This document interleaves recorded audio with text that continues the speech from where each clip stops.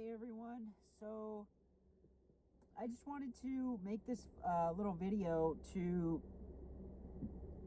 give you my thoughts on well, you can see from the title of the video.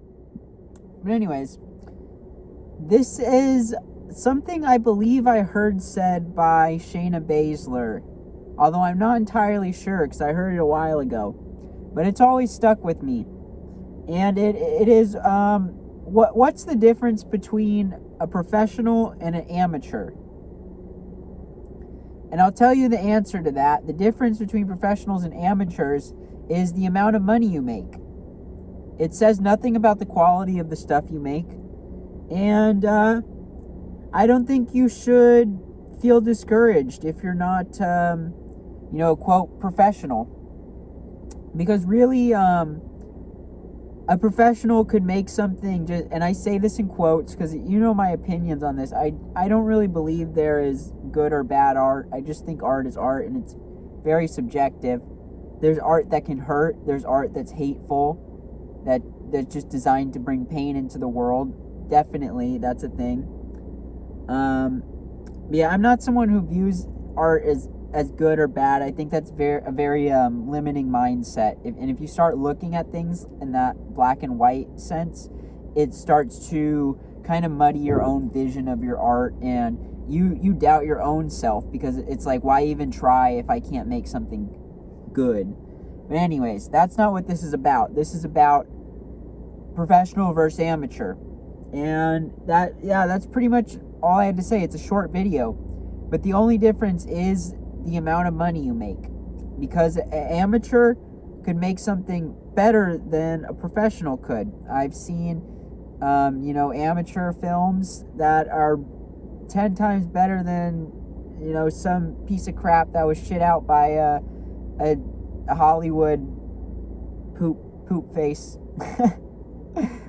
billionaire who thinks they're creative, but doesn't I don't know. I don't want to get hateful here. You guys know I'm kind of jaded on Hollywood, so sorry. And if you work in Hollywood, I don't hate you, but I do have a bit of a disdain for the billionaires in Hollywood greenlighting, these just stupid shit, and how reliant Hollywood is on IP, and kind of the lack of originality in Hollywood. But yeah, that's what I came to say here, is there really is not much difference besides the amount of money you make. And if you want to make art but you're not a professional, don't let that stop you, because even if your art is not at the level you want it to be now, it will improve. Like, the only way to get better is to do. You're not going to get better sitting on YouTube watching video essays about how to do stuff. In my example, it's film, right? Watching all these film video essays and shit on directors and what cameras they use, it's going to get you nowhere, and it's actually going to make things harder, because you're going to get on set, you're going to have all these preconceived notions about filmmaking and what you have to do and can't do, and it's very limiting. So yeah, don't let that stop you. If you're an amateur and you think you can't make stuff because you're not professional like the other people, well, the only thing that makes them professional is that they get paid money to do what they do.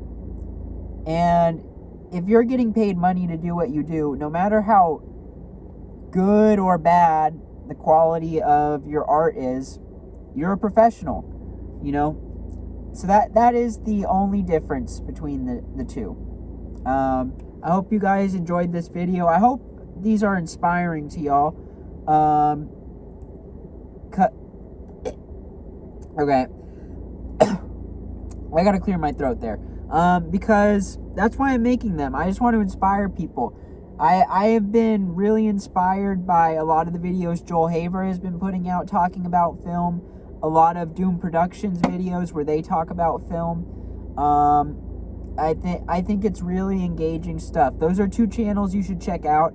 Dan Lotz also has some very good videos on film and filmmaking. And all these people I've just listed, they're filmmakers, you know, they make movies. I've seen all of Joel's films. All of them are wonderful. And, yeah, there's only one I don't like. And the reason why I don't like it is because I started it, watched it for 20 minutes, never finished it. And then I went on to have the worst day of my life. I did finish it later, but I just had a terrible day, a terrible week. It was just awful. And I can't even remember specifics. I just remember feeling so crap and thinking, like, I need to finish the movie because, like, starting it and not finishing it has, like, cursed me. And I'll be honest, it was a pain to sit through because just how crap my mindset was at that moment. I want to go back to the film and actually give it a chance because Joel is just such a talented filmmaker, and I really wasn't able to give my full attention to that film. And I'm not going to say which one because I don't want to coat your views of his movies. You got to see them. They're all good, and they're, you know, the way he makes movies is so inspiring. You know, he just puts them on YouTube for free. He doesn't care who sees it. He doesn't care about, you know, making money on that. He just makes them to make them. And that's the attitude you got to have. Doom Productions as well. I've seen Two Little Ghosts, and I really liked that. That was good. I liked Act 2 a lot. Act 2, I thought was very strong. There's incredible use of color all throughout the film. The animation in the film is beautiful. It's not fully animated, but there is some animated segments that are beautiful. And they have some interesting uses of aspect ratio. This doesn't spoil anything, but there's one point where it's like a TV. I thought that was incredible. I really like that. I like the movie. I want to rewatch that at some point. Maybe this Halloween. I don't know. I have a little, it's got some romance in it. I have trouble with romance movies for several reasons. I've never really liked them, and especially now I don't really like romance movies because I'm kind of jaded on romance and love and all that stuff. But that it is a good film. It's they've got very creative costumes, and I don't even want to say it because I don't want to spoil stuff, but going into Act 2, I was very impressed with the first act, and I enjoyed Act 2 even more. I also saw See You Soon. That was, what's it called? It's a documentary.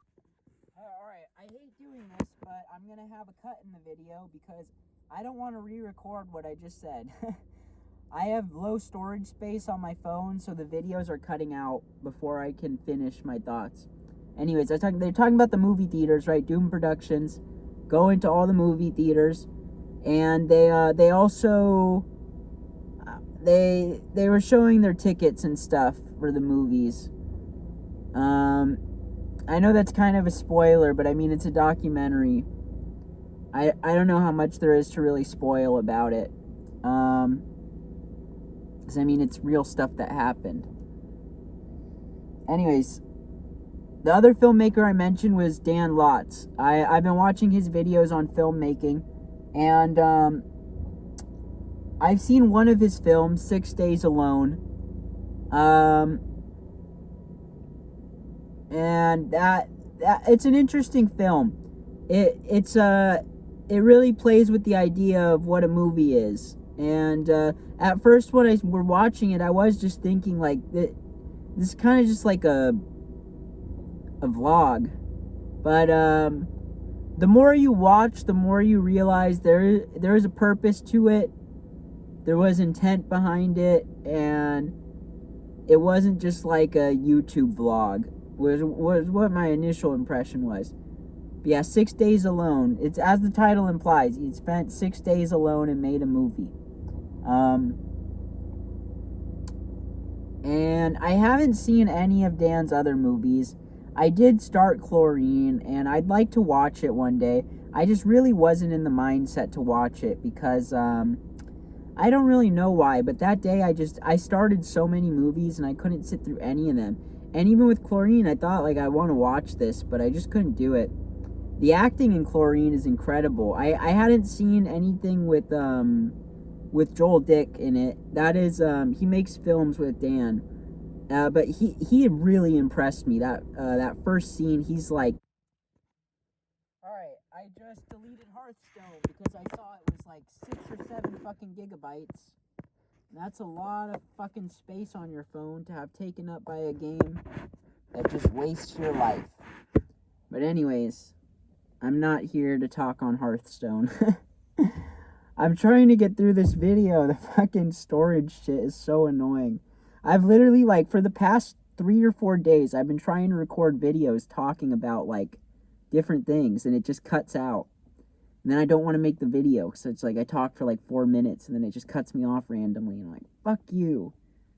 Anyways, I was talking about Dan's films. Yeah, I don't think I even have much more to say. I started Chlorine, I want to see that. And yeah, thank you to all 3 of those channels for the inspiration you've been giving me, and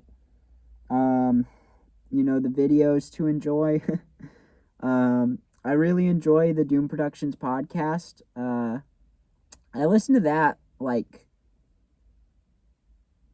not every night, but for the past few nights I've been listening to them.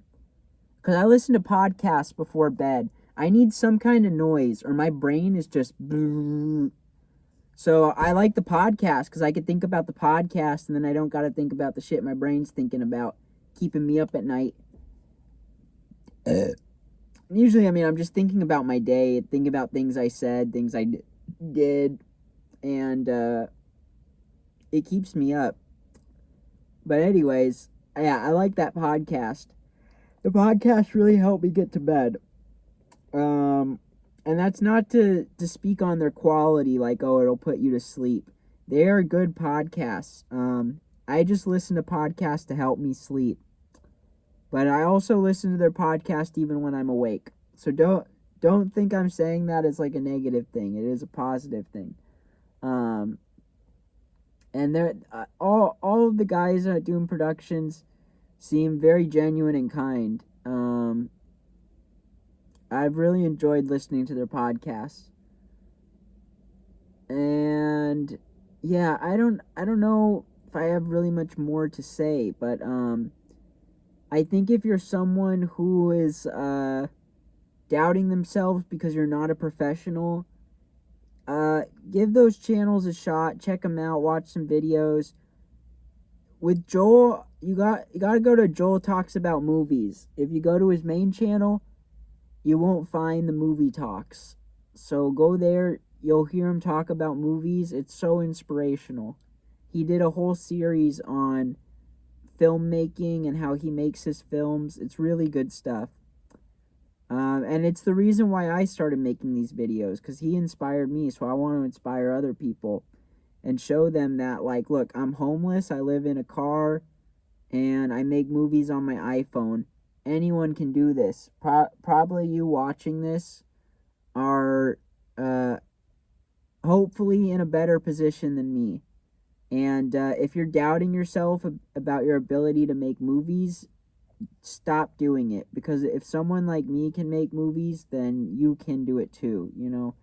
I truly believe that. I'm someone who's been making movies since I was 8. It's one of my biggest passions, and I just want other people to be able to enjoy filmmaking too, I guess. I don't know.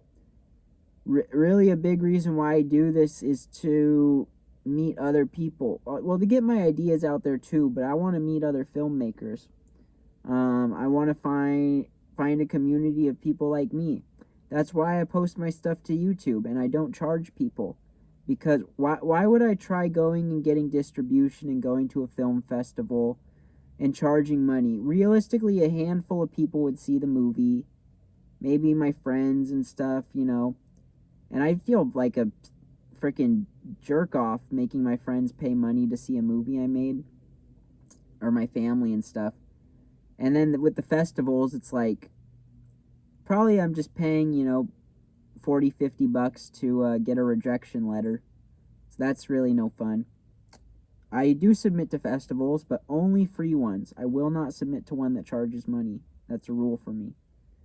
And I'm gonna stick to that. I'm not breaking it. Yeah, I don't know if I have much more to say on this topic. I'm trying to think.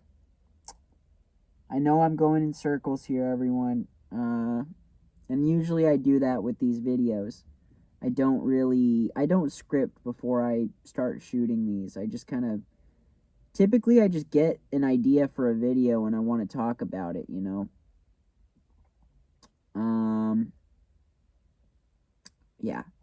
I hope you all enjoyed. Bye! And, make movies. That's what I'm gonna say. Make movies. I'm gonna, yeah, I'm gonna head out. Alright, hey everyone. So, I wanted to add on to the video I just made because I've been thinking about it, and there's more I want to say on inspirations and, people on YouTube who are making movies and putting them out there on the internet for free. And also just filmmakers who are, you would consider outsiders of Hollywood, you know, outsider cinema. So I consider myself an outsider filmmaker, independent filmmaker. I don't know. They're all just descriptors and labels and stuff. But yeah, I'd say I fall under multiple, and I've been very inspired by people who also are outsiders of Hollywood. The first one I want to mention is Guissepe Andrews. How I found Guissepe was I was watching a little known movie called Cabin Fever. I had never seen it, and this was earlier in the year. Easily, he was my favorite part of the movie. He plays a party cop. And if you don't know what that means, you gotta watch the movie. But, he's really funny in the movie. And I watched the sequel, which is even better than the first one. And he's in that as well. He's really funny. So I looked him up because I wanted to see what other movies he's acted in. And I see on Letterboxd, this motherfucker's directed 70 movies. And I'm like, whoa. So I'm trying to find his movies. It turns out a lot of them he deleted. But people have archived them on YouTube. So they're still out there. Now he's not, you know, making stuff and putting it on YouTube. These are other people putting it for him. But he's definitely an outsider of Hollywood. All his movies he's made, you know, well, not all of them, but all the ones I've seen, he made in a trailer park. And I actually don't know if he kept making movies once he left the trailer park. But you see the same faces in all his movies, at least the ones I've seen.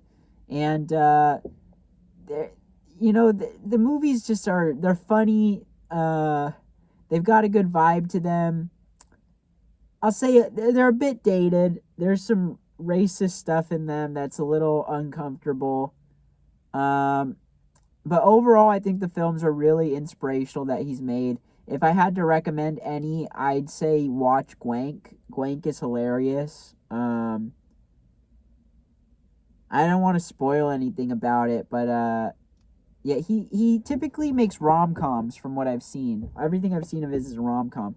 And I've already been over this. I don't like romance movies, but he makes romance movies I like. He tells stories about unique romances, which if I hadn't seen Hu Fung Poo and Gwank, and I also watched Touch Me in the Morning, which I don't hate it, but I don't love that one. But I do like it. It's good. I think that's his first film he made. I'm not sure. I might be wrong on that. But, yeah, his stories are about, like, unique loves and stuff. And, like, people in unlikely romances, you know. But, yeah, that was part of why I made Raw Loves Almora. Because I wanted to make a fucking rom-com after that. And I never thought in my life I would want to do anything romance-related for a film. Because it's just not me, you know. But I realize you can tell love stories that are appealing to you even even if you don't want to make, because I don't want to make it about like humans, people. A love story about people didn't interest me. If you've seen Raw Loves Almora, this isn't spoiling anything. It's a love story of inanimate objects. I mean, it's in the fucking title. So that was why I made that. And I also made I wrote it's very inspired by Who Flung Poo. I call it originally it was Who Fucked Julie, and then it was Who Fucked Triple J, and then Who Fucked Quad J, and then Who Fucked Hex J, and then finally Who Fucked Quinn J. And I'm going to go into minor spoiler territory for this. It's not a film I've made yet, but I plan on making it. It's a movie about a man who only dates women whose names start with the letter J. Hence, Who Fucked Quinn J. And yeah, that's really all I've got to say about Guissepe. You should watch his movies. Give him a chance. And I'm going to go on to the next filmmaker who's inspired me. This was unexpected for me. Her name is Charli Rogers. I came across her films because on YouTube I got recommended a video where this guy was just trash talking her, saying, she makes the worst movies of all time. And I'm just thinking, okay, you've just recommended me someone I'm going to like. Because typically that's what happens, right? I see worst movie of all time. I click on it. If I find a movie I like.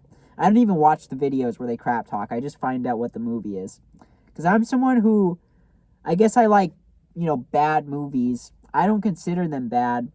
But what the mainstream would call bad, like Troll 2, The Room, stuff like that. I love it. I think they're good. Because to me, the only thing that matters is entertainment. Who cares if your acting is unnatural? Who cares if your plot doesn't make sense? Who cares if your costumes look cheap? Who cares if you have unconvincing special effects? If a movie can make you laugh and entertain you for however long the movie is, that's success in my book. I've seen movies that are an hour long and they're a fucking snooze fest. I've seen 3-hour long movies that fly by. The pace is all about execution. It's not about the length of the film. Charli, she made a film called The Squish Trilogy. And I really don't know specifics of how she made it. I think it was like an anthology and she just combined like 3 different shorts she made. And I watched it. I started it. And I had started it once before, but I just had shut it off because I'm just going to talk about the opening scene here. You see her jerking off. And I just didn't want to watch that. I wasn't in the mood. But I wanted to give the film a chance because I was like, what is this? I mean, I'm either going to like it or hate it. But I want to give it a chance, I want to try to understand this instead of just brush it off like most people would.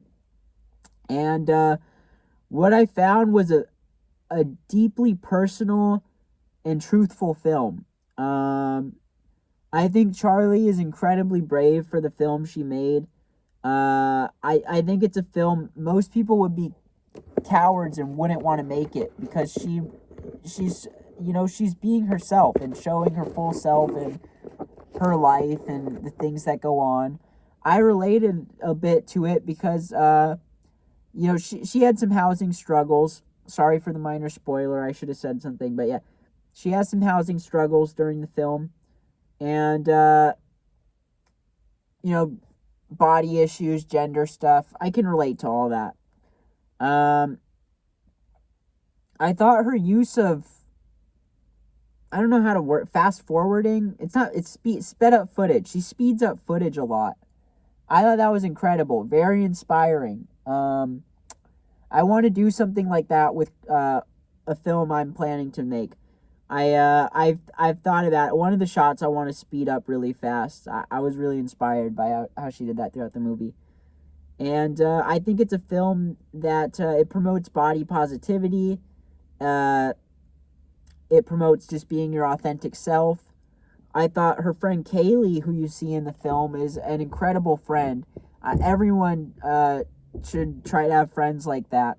And I really liked the story she told. And I thought it was a very, I'm going to probably say this a bit, a very purposeful film. And truthful. Sorry, I'm going in circles again. She's made a few other films, which I haven't seen, but I want to check out Ackerman Ambiance. And from what, well, I don't want to spoil anything about it. They talked a little bit about it in the video I watched. So I kind of know some stuff about it. I'm curious. I want to see it. I'm a big fan. If you're watching this, Charlie, I really liked Squish Trilogy. And I'm super excited for Squish 2. I can't wait to see what you make. And fuck that guy who made that video. He's an asshole. But I'm glad he made it because I was able to discover an incredible movie. I probably would have discovered your movies because you comment on like all the videos I watch. Like I see you in the Doom Productions comments and Dan's comments and Joel's. And there's some filmmakers coming up I'm going to mention. I see you in their comments. Yeah, keep going. I'm so excited for Squish 2. Next filmmaker I want to talk about is Mridul Chhibber. I'm sorry if I pronounced your name wrong. I think I got it right, though. I think I did. But yeah, Mridul... Fuck, I think I'm pronouncing it so wrong. I'm sorry if I'm butchering the pronunciation. He recently released a film called Egomaniac with a Heart of Gold. I suggest you guys watch it. It's got incredible editing. What? It's got a cool soundtrack. If you like rap, you'll be into the soundtrack. A lot of it uses... it's all like rap songs and stuff. Yeah, I'm not going to say anything about the plot. You can kind of guess some stuff from the title. Egomaniac with the Heart of Gold. It's about an egomaniac. And I don't know. I'm trying to think what to say without spoiling stuff, so I'm going to take a second. But yeah, it's just, he had incredible editing. And the drone shots in it were incredible. I was so impressed by that. Because all these filmmakers I'm mentioning are part of the folk filmmaking movement. They were part of that. And I don't know how familiar all y'all watching this are with that. But that's how I found a lot of them, was because they're... Dan Lotz, he has a playlist, the folk filmmaking playlist. A lot of these guys' movies are on there. Charli's you won't find, but you can find all of hers on Vimeo. And I recommend you watch Squish Trilogy again. I'm just going to shout that out. Because that actually was a surprise like hit for me of this year. It turned out to be one of my favorite things I saw all year. I'd maybe even say in my top 10. I have 50 movies in my greatest of 2020, and I plan on making a video talking about every film. Squish is in there, and I think it is going to be like high up there, maybe top 10, top 20, definitely. It's definitely top 20. I need to see all the movies before I can say top 10. But, what's it called? Egomaniac, yeah, the editing is so incredible. Incredible uses of montage. There's like parts where it's just cutting back and forth between different images. And it's a beautiful film to watch. I'm looking forward to your future projects, Mridul. I'm looking forward to, what's it called? Seeing Last Days of Childhood, because I haven't watched it yet. I want to see that. And I had known about that before Egomaniac, because I saw Joel talk about it. And then I saw you on the Doom Productions podcast, so that's where I learned about Egomaniac. And, yeah, I've got to give that a watch. But, it's a good film. I think I'm going to go on to the next filmmaker, who, they're also from Australia. Both these guys, Mridul, and the next filmmaker I'm going to talk about, Mohit Subedi, who made a film called Void Man. You've probably seen me talk about it a bit. Void Man is incredible. It's a 3-hour epic crime, gangster, superhero film, all this shit combined into one. And it blew me away because you see a 3-hour movie on YouTube, you know, and you think, like, is this really need to be 3 hours? It's easy to think that, but then you watch it and it's like, oh yeah, every scene is purposeful, every moment, you know, matters. It all earns its place in the film. That's a film that earns a 3-hour runtime. It's not stretching it out or wasting your time.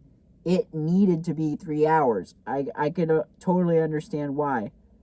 And I think at one point it was even a 4-hour. There was a 4-hour cut.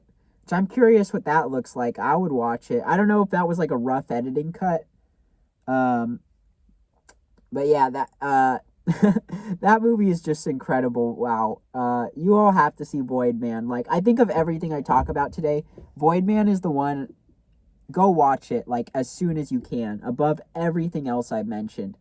One thing I haven't mentioned is Mohit was 19 when he made this film, which just goes to show anyone can make movies. A lot of people at that age think, oh, I got to go to film school before I can do this. But, you know, Mohit's out here just proving them wrong. And that's why I say, you know, anyone can make a movie. He's literally made a movie that's better than most of the crap that's being shit out of Hollywood. And he made it and released it for free. It's free. You can go watch it now. So what are you doing? Go watch it. Click off this video and watch it. I love Void Man. It's, I'm not sure if it's my favorite film I saw last year, and this will give you some insight into my 2022 list, because I think my favorite was Bad Lieutenant. I watched it 3 days in a row. Literally, 3 days in a row. I don't know if anything tops Bad Lieutenant. But, maybe Void Man's a close second. I don't know. I've still got to go through and sort my list and organize it. But I love Void Man. It's 100%, it's like top 5, probably top 3, somewhere in there. I just really like the themes of the movie, and I don't want to spoil it and say what the themes are and stuff, because you just got to watch it. You'll pick up on it. If, you know, you're smart, you'll understand. What's it called? Yeah, I'm trying to think, do I have any more filmmakers? Oh yeah, I got to see your other movie, Soap Opera. I really like Mohit's films. I'm a big fan, and I can't wait to see what he makes in the future. He is, like, easily one of my favorite filmmakers. I'm so thankful to have come across Void Man. Yeah, I'm trying to think. There's really not much more in the ways of you know, independent filmmakers who are putting stuff out for free. Because there are filmmakers that inspire me, you know, but there are people, you know, in Hollywood, and this isn't the video to mention that. I'm using this as a platform to shout out the people who inspired me. And sure, those movies are inspiring, but they make you feel like I have to conform and go through all these fucking hoops to get my movie made. When in reality, all it takes is passion and drive and commitment and wanting to do it. So, yeah, that's the filmmakers who have inspired me. If I have more I'm going to talk about, there's going to be a cut here and the video is going to be longer. I'm going to go on my letterbox and make sure I didn't leave anyone out. But yeah, in case this is the end of the video, thank you for watching. This was really long, I know, but I hope everything I said was maybe inspirational to you. Maybe you found some new filmmakers you'll like. I'm not the best at getting my thoughts out in like a quick, cohesive way. I'm pretty sure I'm ADHD the more I thought about it in my life. But anyways, I gotta end this here. This is too long. Alright, so I thought of another film, and I actually don't know the names of the people who made this. I'm sorry. I'm really sorry for that. But this is a feature-length animated movie. Alright. keep that in mind when I say this next part. It was made in 3 hours. I think they might have drawn the assets they use in the film beforehand, but the actual acting and shooting of it was all done in 3 hours. There was a little contest hosted by Joel Haver last year, to make an Oscar movie, which, if you don't know what that is, that's a movie shot during the Oscars. Instead of watching the Oscars, you go out and make a movie, and it's to show that it's like a fuck you to the Oscars and stuff. But yeah, this movie, Two Dicks on the Beat. Wow, it's really impressive, like what they made, and it inspired me a lot. It made me kind of think about the possibilities of animation and the actual time frame of how quickly you could make an animated film. So yeah, Two Dicks on the Beat. It's it might be one where if you search for it, you find porn. That's happened to me, but I assure you it's not a porno. There's nothing pornographic in it. It's about cops. That's why it's Two Dicks on the Beat. Sorry, minor spoiler, I guess, but you can assume that from the title. I did, although I did see the thumbnail as well, so kind of obvious it was like a cop thing. Yeah, you should check that out. That's one film to watch. It's on my greatest of last year list, so you'll hear about me talk about it in a future video. Yeah, I just wanted to shout them out before this ended. I don't have any more filmmakers, though, to shout out. I'm sorry if I missed you and I did actually see something from you that I really loved. I'm sorry. There is just too many films I've seen this year, or last year, to really be able to recall everything in one concise thing.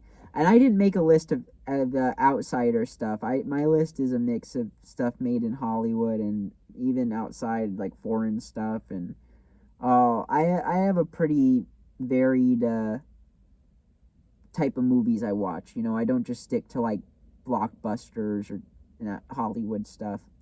I like to branch out. I really will give anything a shot. I don't care. So yeah, hope you guys enjoyed this video. This is the end. I'm not going to say any more. I am going to leave links to all the filmmakers I mentioned down below. And hopefully I don't forget anyone I mentioned, but yeah, I'm gonna link you all, and if I don't, it's because I forgot. It's not because I don't want to. Yeah, thank you. If you've gotten this far in the video, thank you. I appreciate that you feel that I have something worthy to say about film, and that you would trust my opinion enough to watch this, because I know this is a long video. Hopefully you weren't bored by it. I really appreciate all the people who left nice comments on my videos throughout last year. You guys made a world of difference for me in my life. I don't even know if I would be here without this community and the people I've met. So thank you. And that includes all the filmmakers I mentioned. And I know probably a lot of them don't know me. I do comment on their videos, and I know some of them have hearted my comments and seen them and stuff. They definitely don't know me on like a personal level. But yeah, your films really made a difference in my life, and I'm very grateful to have come across them. I'm just very grateful for a lot in general. I've been feeling pretty blessed. Ever since I found this parking garage, I've just felt so blessed. And I mean, I do still have days where I feel like crap, and even today I was crying, and Just like, I think I can't keep doing this. I can't keep living in my car. But at the end of the day, I don't have much of a choice right now, and I'm going to push on. And I just want to say thank you for all the inspiration that you've given me. I'm saying this to the filmmakers I mentioned. Thank you for all the inspiration you've given me. And I don't know that any of you are going to watch this, but if you do happen to watch it, thank you. And I'm going to end the video here. So I hope everyone watching this is having a good day. If it's not good, I hope it gets better. Stay positive. Make films. And yeah, I don't know. If you have any topics for these film ramble videos too, drop them down below. I'll talk about it. I'll answer questions. I want to do some director's commentaries for my videos. I know that's unrelated to this, but I'm just going to announce that here. I want, for my movies, not my videos, sorry, my movies. Because I have a lot of videos. I'm not going to make director's commentaries for every video, but my movies. Mainly COG Multiverse, because that's the first one I ever made. I feel like there's a lot I could say about it on director's commentary. Anyways, bye everyone. I love you all. Stay safe, and have a good day.